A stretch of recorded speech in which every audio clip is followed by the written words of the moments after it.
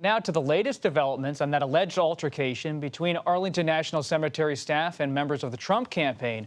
For more, we're joined now by CBS News Pentagon reporter and producer Ellie Watson. Ellie, great to have you here on America Decides. So you cover the Pentagon so closely.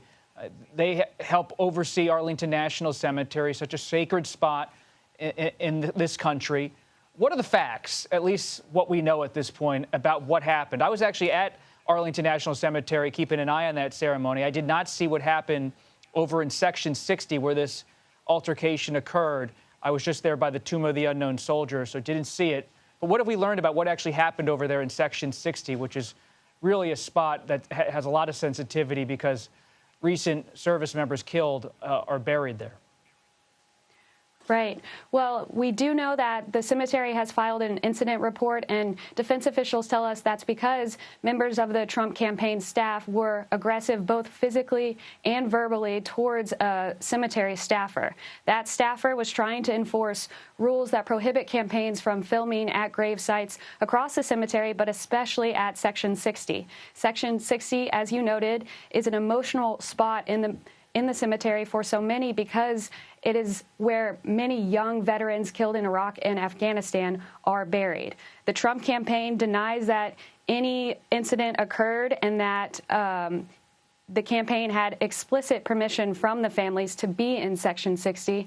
However, federal law, according to the cemetery, dictates those guidelines, and the cemetery staff is very strict at enforcing them so that the burial sites of so many veterans who have sacrificed their lives under administrations, regardless of party, are not used as political props. Ellie, help us understand the dynamics here. You have a former commander-in-chief, not just a former president, but he's, as we all know, also the commander-in-chief at Arlington National Cemetery. So he is a former military official, in effect, as a former president of the United States. You have Arlington National Cemetery, the Defense Department.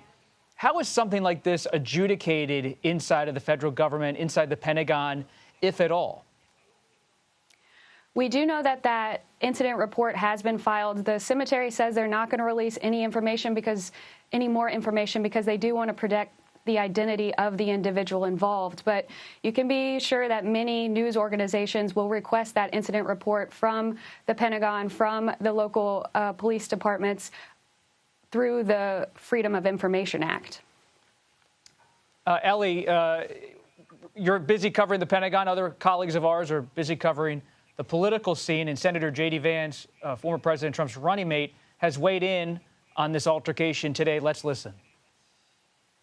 I think, first of all, the altercation at Arlington Cemetery is the media creating a story where I really don't think that there is one. There is verifiable evidence. There is verifiable evidence that the campaign was allowed to have a photographer there. There's verifiable, they were invited to have a photographer there. There's verifiable evidence that the families of these poor people who had their loved ones die 3 years ago at Abbey Road, Abbey Gate, those 13 Americans, a lot of them were there with the president. They invited him to be there. Ellie, can you help us get some context here when Senator Vance references Abbey Gate? What exactly happened at the airport in Afghanistan in 2021? Right, so Monday did mark 3 years since a suicide bombing at the airport in Kabul killed 13 U.S. service members during the final days of the withdrawal from Afghanistan. Former President Trump was at Arlington with some of the Gold Star families and some of the Marines who survived that bombing in 2021.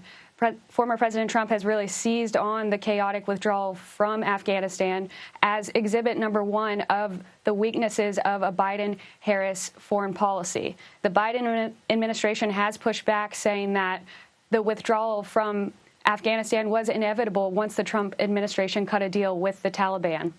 And it's worth remembering that former President Trump does have a track record of making demeaning comments about military service members, including calling those captured or killed suckers and losers. So his appearance at Arlington on Monday could have been a controversy under any circumstances, even if we weren't in the final stages of this election season. Ellie Watson, we appreciate your time in reporting